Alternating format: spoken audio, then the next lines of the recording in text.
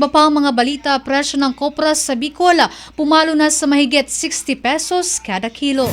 Nasa linya sa Megawa Patrol number 24, SM Alvin Luzano. Bicol Network News Report!